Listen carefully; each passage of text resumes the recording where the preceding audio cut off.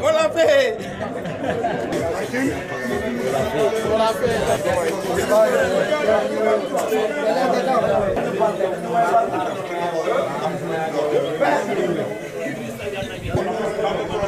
Voilà, je suis pas fatigué, je suis exténué.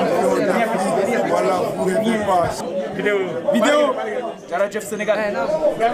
RTS. Yàlla mën na lu ne. Loolu rek laa wax. Il faut gars yi gaaw parce que batterie elles ont fonctionné. Mais où est le trophée là? Ils sont en train de faire les photos individuelles chacun pour le titre de la CAF. T'inquiète, tu seras à Dakar. Rissa, ça va, tu vas bien?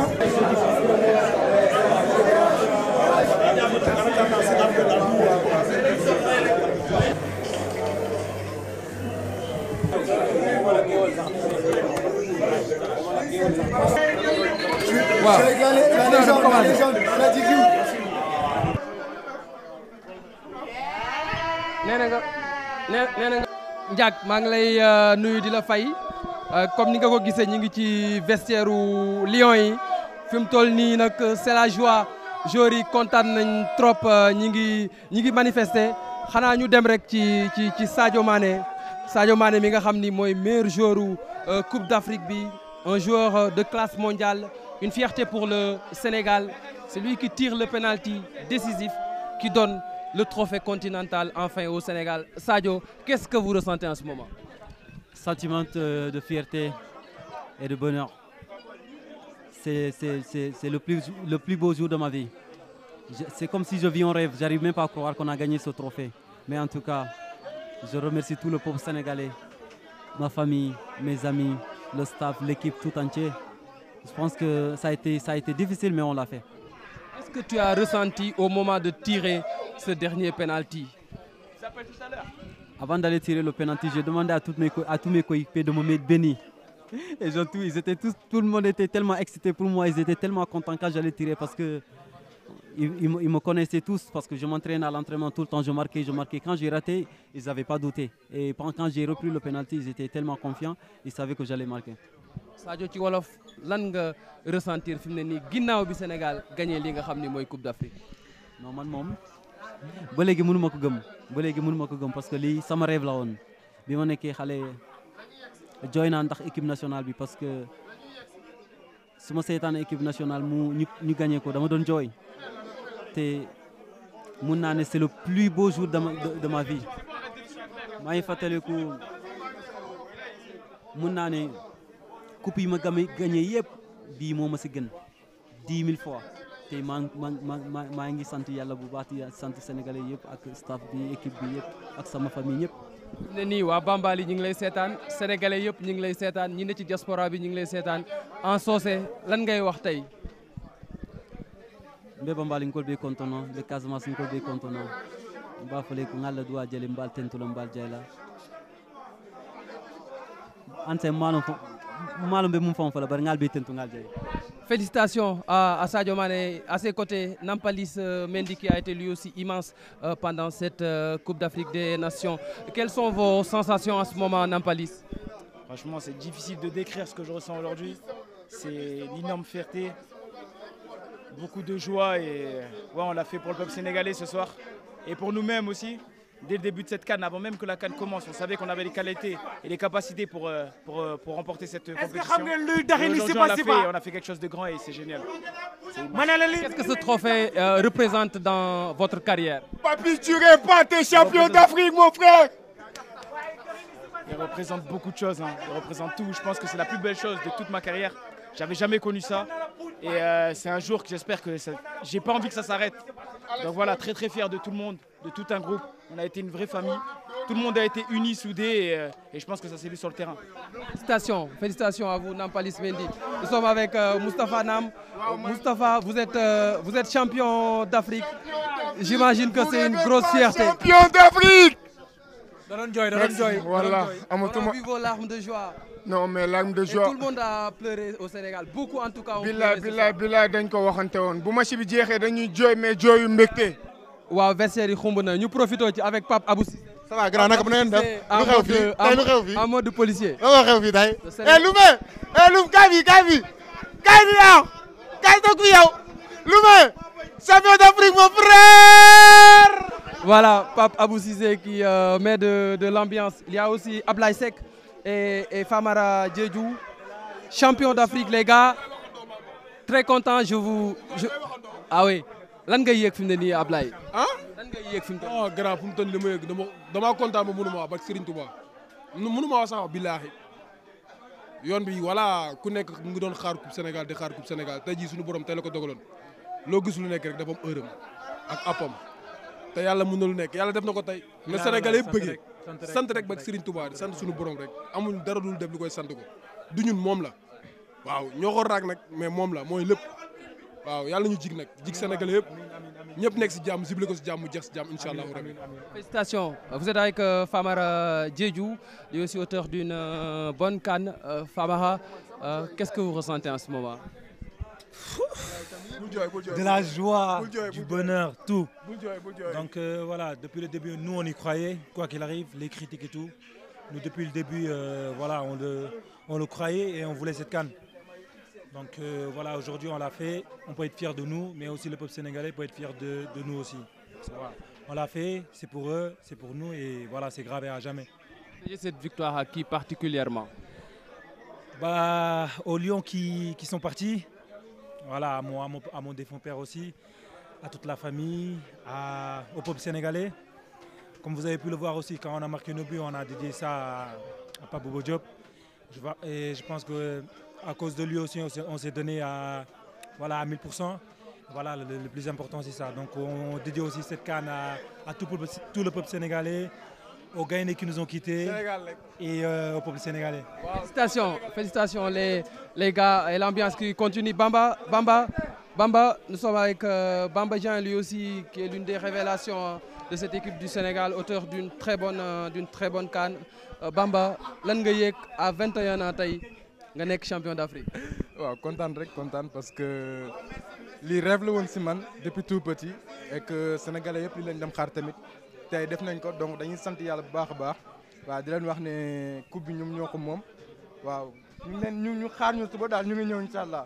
lan ngay wax waa Sénégal yi lay seetaan ak waa Diourbel yi nga xam ni tey ñoom ñëpp dañu mobiliser wu ngir Sénégal jël ndam li. waaw maa ngi wax waa Sénégal xam naa ne kontaan nañ parce que li lañ dem xaar sama dëkk Diourbel Pikine bàyyiwuma kenn maa ngi leen di ziyaare bu baax a baax. ñoom ñëpp waxal yow. di leen wax ne coupe bi ñoom ñoo ko moom. ak sama yaa booy moom laa dijjee coupe bi incha allah. Mamadou Loum Ndiaye en mode policier. Mamadou Loum Ndiaye les lunettes noires et le képi. Ouais. Qu'est-ce que vous ressentez vous en ce moment? Tout d'abord, on est content de gagner ce trophée. Tout d'abord, content nañu si lu ñu gagné trophée bi pour une première fois comme sama genre yi man ak bëri na fi ñu bëri seen première coupe d'Afrique ñu gagné ko ça fait plaisir wax dëgg yàlla moom di kontaan bu baax a baax di remercier tamit peuple sénégalais bi ndax lii ñoom ñoo ko moom ñu ngi leen di tamit encourager pour ñu gën ñu dooleel gën ñu pousse incha allah yàlla di gën ñu may ñu napp. Merci et félicitations. On continue de recueillir des réactions. Pape Matar Sarr, c'est le Benjamin de cette équipe nationale. Pape Matar, félicitations. Tey bonne sensation nga am ginnaaw bi nga nekkee champion d'Afrique à 19 ans machallah. Bah contentement rek parce que benn rêve la bu ma mun depuis temps booy tu vois. Après voilà bien vrai que j'ai mais franchement contentement laa ci am boo xamante ne ni xaw ma sax nu ma koy waxee voilà en tout cas kontaan naa bu baax a baax quoi. Je vous laisse faire un coucou à votre papa Sidat Sarr, un ancien international aussi et toutes les populations de Thiès qui vous ont soutenu. Merci beaucoup papa. Merci pour tout ce que tu as fait de moi. Merci beaucoup. Sama yaay aussi maa ngi koy bëgg bu baax a baax waa Thiès yëpp maa ngi leen di bëgg jaajëf waay. Nous sommes avec Habib Diallo. Habib, bon attaquant qui a fait des entrées, qui a fait lui aussi une CAN intéressante. Habib, champion d'Afrique tey lan lay représenté ci sa carrière trophée bi nga gagné. waaw benn kii la boo xamante ne bañ koy wër ça fait trop longtemps même ñoom El Hadj ñoom jaar nañ ci kii nañ ko ba sonn mosuñu koo am yàlla nag tey la ko dogal duñ ci am lu dul contentement bégte ak xam nga rek fête bi ñu fête ko avec tous les Sénégalais donc fi mu nekk dañoo yaa xam sax dem Sénégal loolu la ñu dama yuuxu ba sama baat bi dee. Comme tous les Sénégalais. D'ailleurs, nous sommes avec Pape Gueye. Pape Gueye qui a joué cette finale. Pape, vous êtes champion d'Afrique, vous êtes avec Fodé Ballo-Touré. C'est un moment inoubliable dans une carrière. Inoubliable, inoubliable. On a beaucoup travaillé. Voilà, on avait à cœur de ramener ce trophée au Sénégal. Le peuple sénégalais attendait ça depuis des années. Et voilà, grâce à Dieu, grâce à tous les Sénégalais, à nos coéquipiers, on l'a fait. On l'a fait. Merci. Voilà. J'imagine que vous avez reçu beaucoup d'appels, beaucoup de messages venant de la famille et des amis. Oui, exactement. C'est la question à Fodé Ballo. Exactement. Oui, on a reçu beaucoup d'appels venant de la famille. Ça fait très plaisir. Et puis voilà, on est champion d'Afrique et on va jamais l'oublier. Hein. Rendez-vous à Dakar demain, Inch'Allah. C'est pour la postérité. Nous sommes avec aussi Joseph Lopi. Lopi, vous êtes champion d'Afrique. Quel bonheur. Je crois qu'on va inventer un autre mot. Bonheur, c'est faible. C'est au-delà. Non, c'est un truc de fou. Je pense que là, on est entre nous, on ne voit pas le peuple sénégalais, donc on ne réalise pas. Je pense que demain, quand on va descendre au Sénégal, juste les images que j'ai vues quand on a gagné un quart en demi, c'était un truc de fou. Donc je pense que demain, ça va être... je peux même pas imaginer, donc il faut être là demain pour le vivre. Ces scènes de liesse à Dakar vous donnent des frissons? Non, c'est sûr. Après, moi, je vais avouer quelque chose. Je ne regardais pas forcément tout parce que voilà, j'avais peur un petit peu de mettre des émotions dedans, d'être détaché un petit peu pour pouvoir jouer les matchs comme il se faut. Maintenant, on est champion d'Afrique. On va communier avec notre peuple et tous les supporters qui nous ont supportés jusqu'au bout.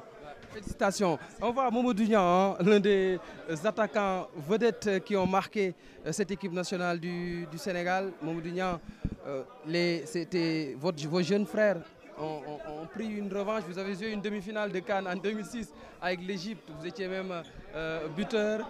Qu'est-ce que cette coupe remportée par le Sénégal représente pour vous?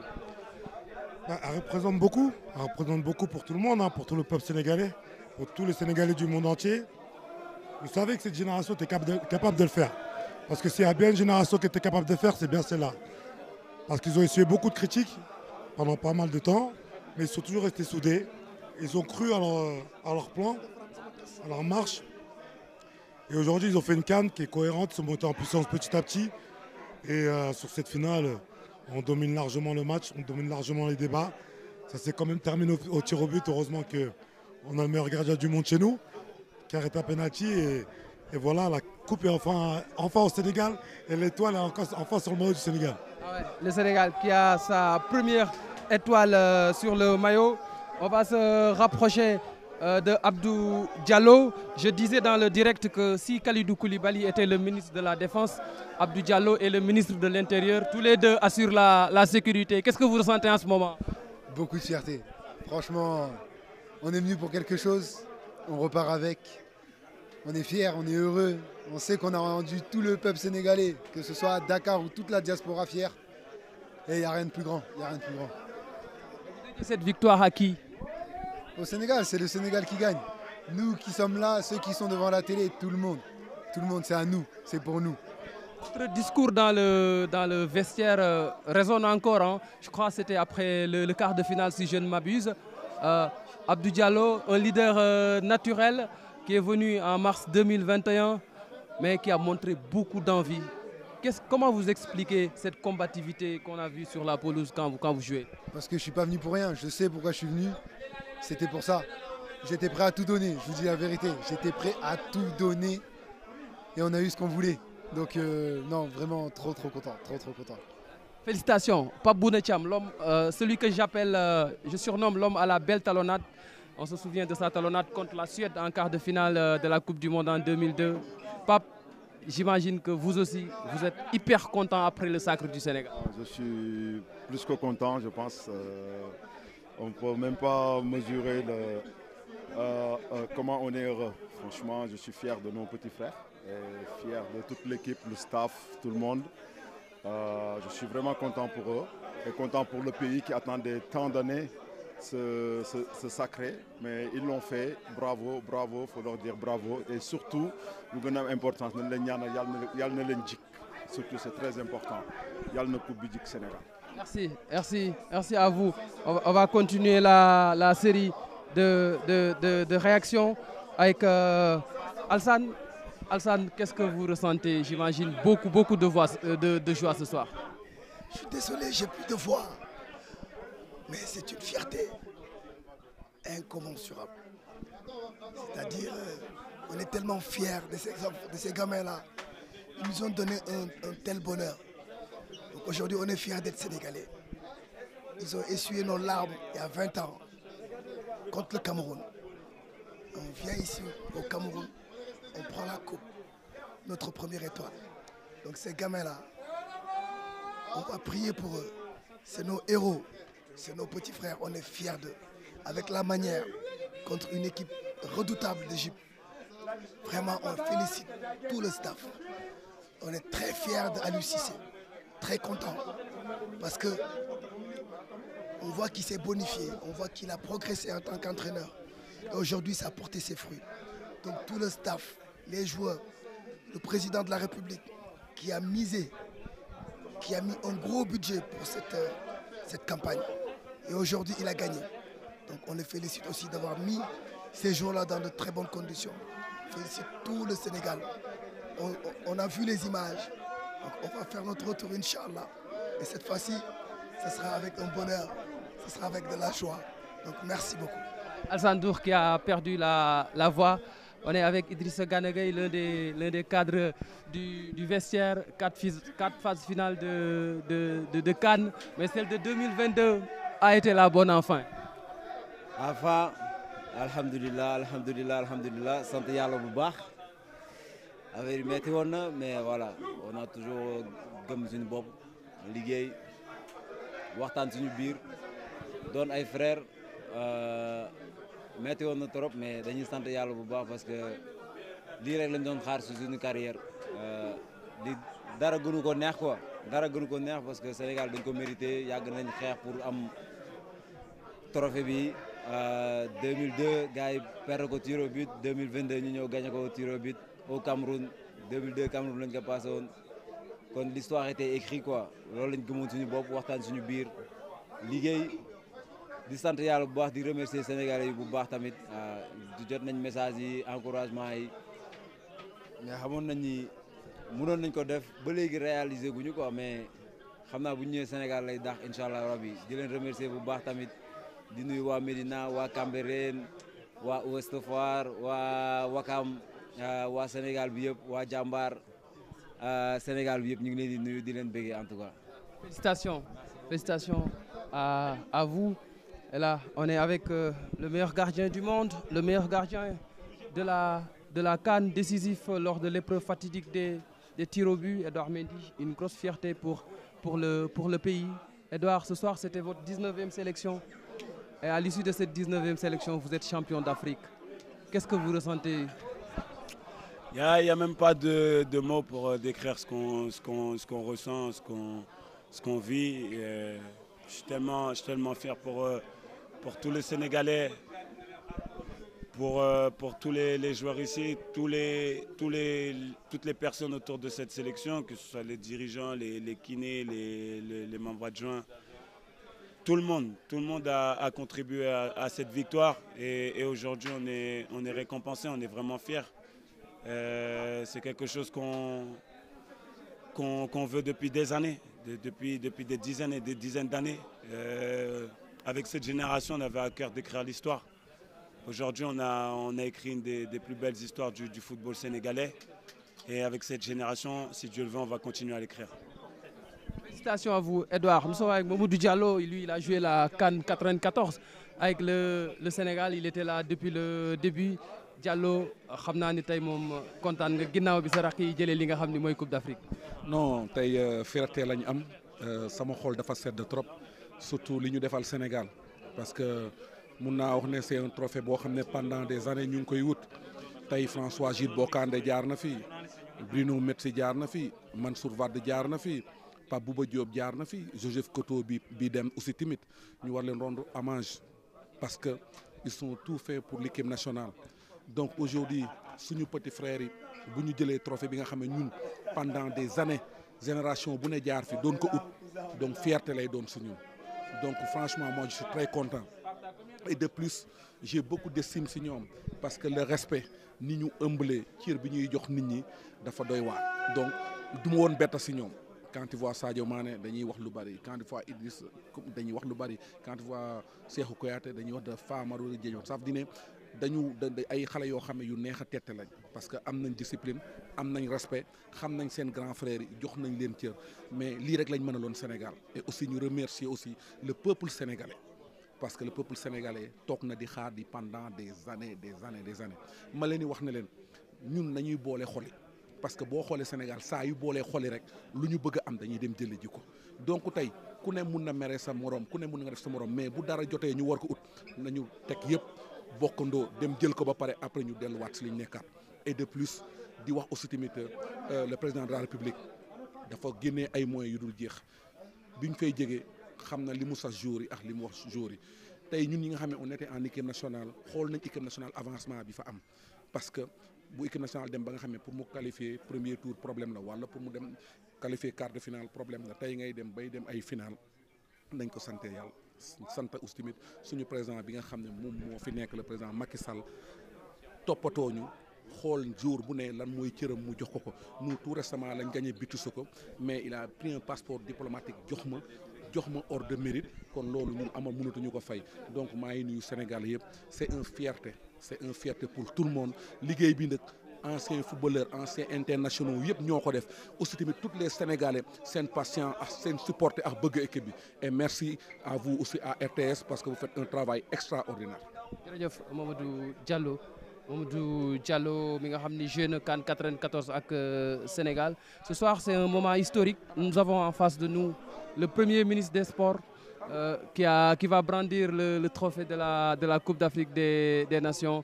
Monsieur le ministre, qu'est-ce que vous ressentez en ce moment? Mais très fier de mon peuple, très fier des Sénégalais, fier de notre équipe nationale, de l'encadrement technique et de la fédération, des agents du ministère des Sports et de l'ensemble des sportifs sénégalais. J'avais dit en 2014, quand on m'a posé la question, quel était ton rêve? Remettre le trophée continental au chef de l'État faisait partie des plus grands rêves que j'avais. Ça vient de se réaliser au Cameroun. Et l'exception est qu'on n'a pas gagné que la coupe. On a gagné le trophée Fair Play, on a gagné le trophée meilleur joueur, le trophée meilleur gardien. Donc on a raflé tous les trophées qui étaient en jeu. Et ça, c'est extraordinaire. Je pense qu'on a été patient. On a su prendre des coups parce que tout le monde n'était pas gentil avec nous. J'avais toujours soutenu que la fédération était une fédération qui maîtrisait les compétitions internationales et qui faisait du bon travail. On avait une grande équipe et un encadrement technique qui est satisfait à 100% parce que toutes les demandes de l'encadrement technique ont été satisfaites par la fédération et par l'État. Donc c'était normal qu'on rappelle tout le temps que notre objectif c'était gagner la coupe. Aujourd'hui on l'a fait et tout le monde est fier. Je remercie l'ensemble des participants à cette conquête qui n'était pas facile. Aujourd'hui, le Sénégal a connu quelque chose qu'elle n'a jamais connu, qu'elle a toujours cherché depuis 1960. Aujourd'hui, on y est arrivé. On va y rester, on va fêter, on va inaugurer le stade. Mais après ça, la conquête va continuer parce qu'on a une Coupe du Monde en face. Mais pour le moment, on ne parle pas de chantier.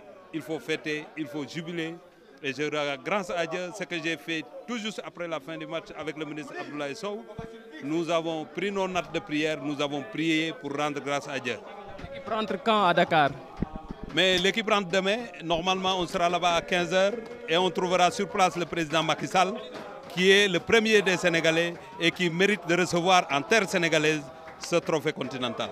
Merci, monsieur le ministre. Félicitations. Nous sommes avec Abdoulaye Seydou Sow aussi, l'homme des missions avancées, qui a parcouru toute l'Afrique pour que l'équipe soit dans de bonnes conditions.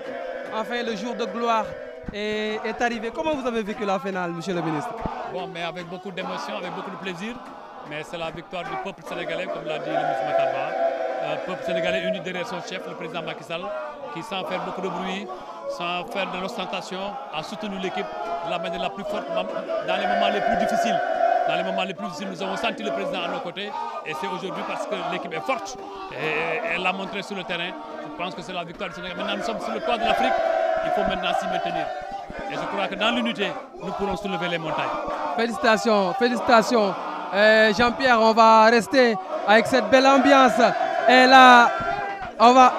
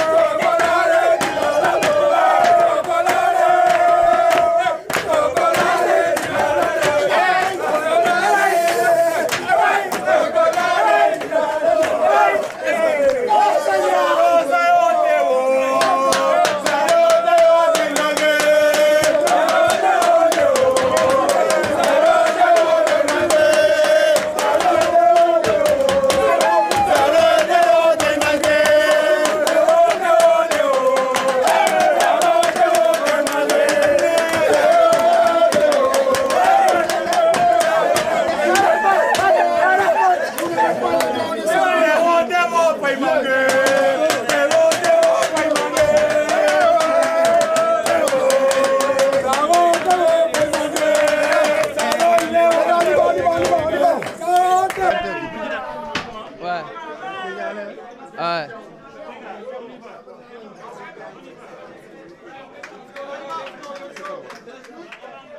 C'est bon. Et là, nous sommes avec le président de la Fédération sénégalaise de football. On est champion d'Afrique. Ah ouais. On est champion d'Afrique. Merci, président. Certainement le président de Fédé le plus heureux de la planète en ce moment. C'est vous qui réussissez à mettre une étoile sur le maillot du Sénégal. Le chemin a été long, mais ce soir c'est un jour de gloire pour notre football, pour notre pays. Oui, c'est un jour de gloire pour notre football, notre pays, notre peuple. Je voudrais parler justement collectif, comme on a joué collectif. Je pense qu'avant d'être la victoire d'Augustin Senghor, ou de Aliou Cissé, ou de Sadio Mané, ou de Koulibaly, ou d'un autre joueur, c'est d'abord une victoire du peuple sénégalais dans son ensemble. Et c'est pour nous des moments inoubliables, parce que je pense que l'histoire des grands pays s'écrivent ainsi, dans l'abnégation, dans la résilience.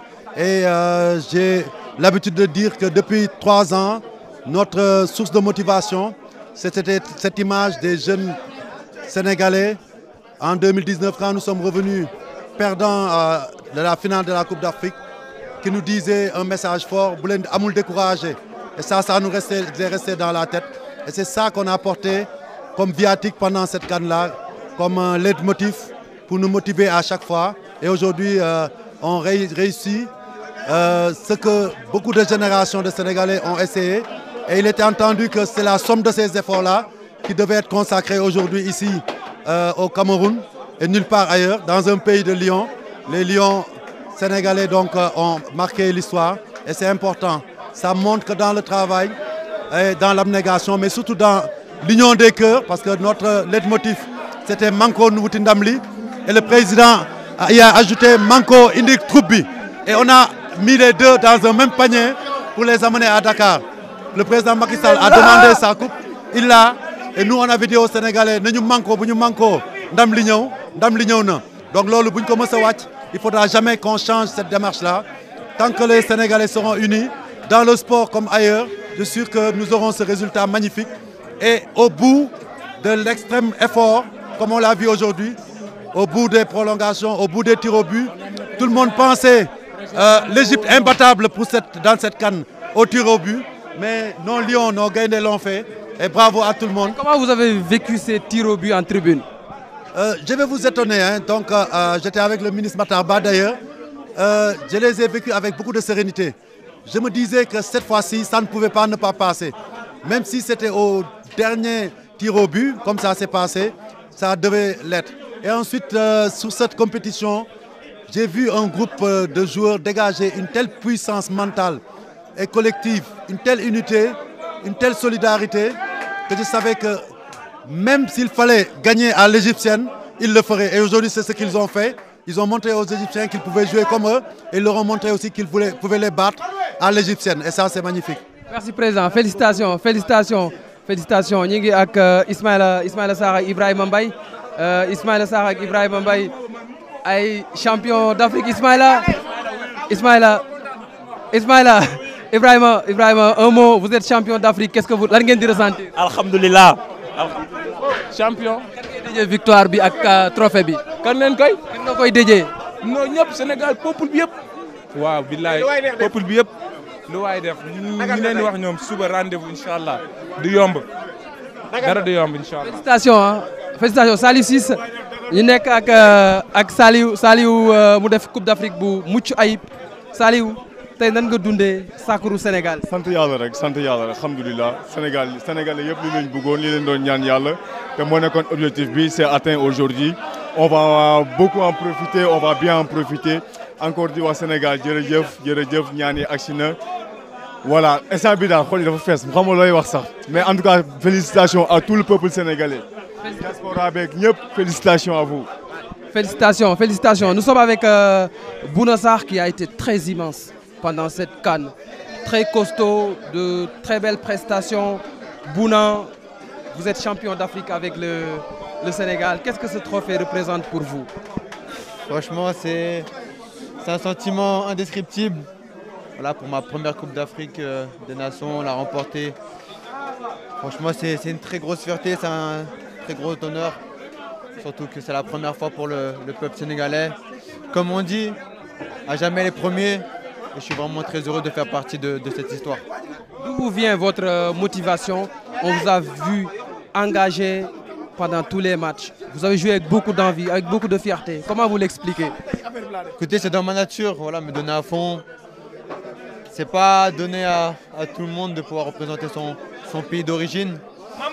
Donc j'avais vraiment à cœur de faire le maximum pour aider le Sénégal à remporter cette première CAN qui leur a fui il y a 2 années en arrière. Donc je suis vraiment très heureux d'inscrire ça dans mon palmarès. J'imagine que les coéquipiers du Bayern de Munich vous ont déjà appelé pour vous féliciter.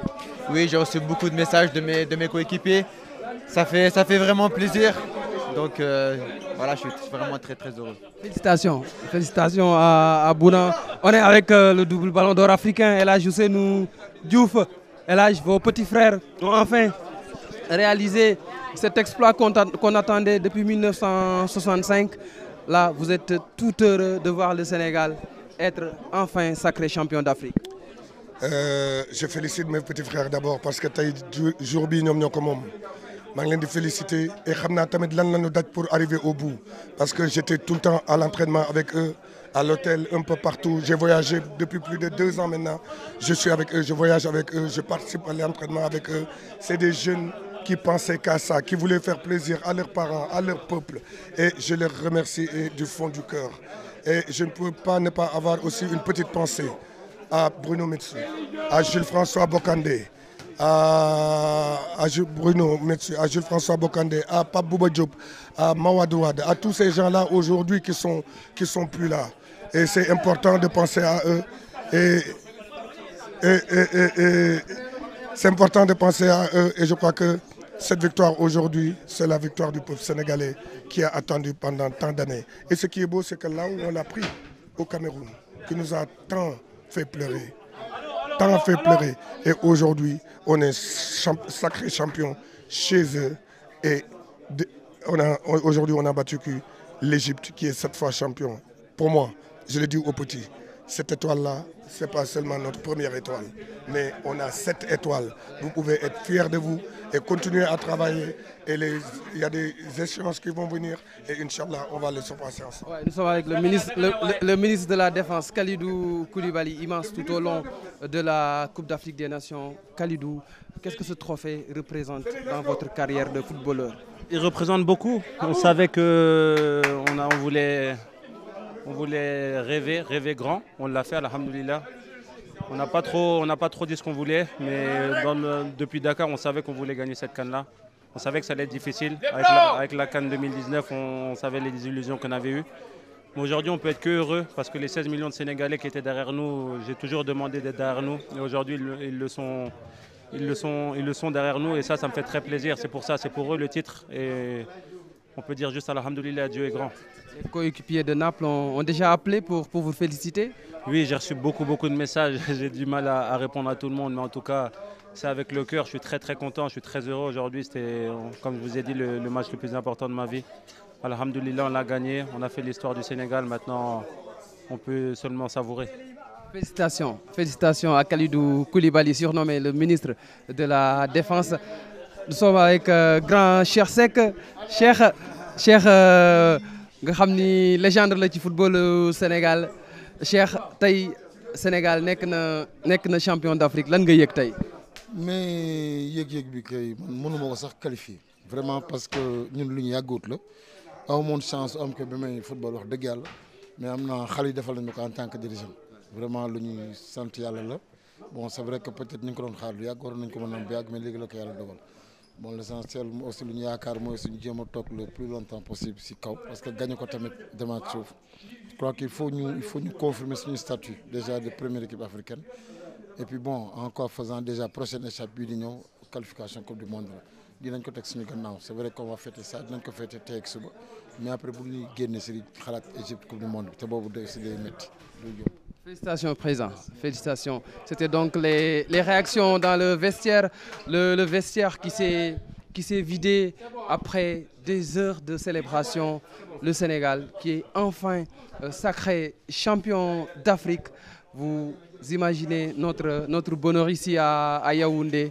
Nous sommes tous ivres de joie et on imagine déjà les scènes de liesse au Sénégal. Nous n'avons pas encore vu les images, mais c'est sûr et certain qu'aujourd'hui, le bonheur national brut est au maximum.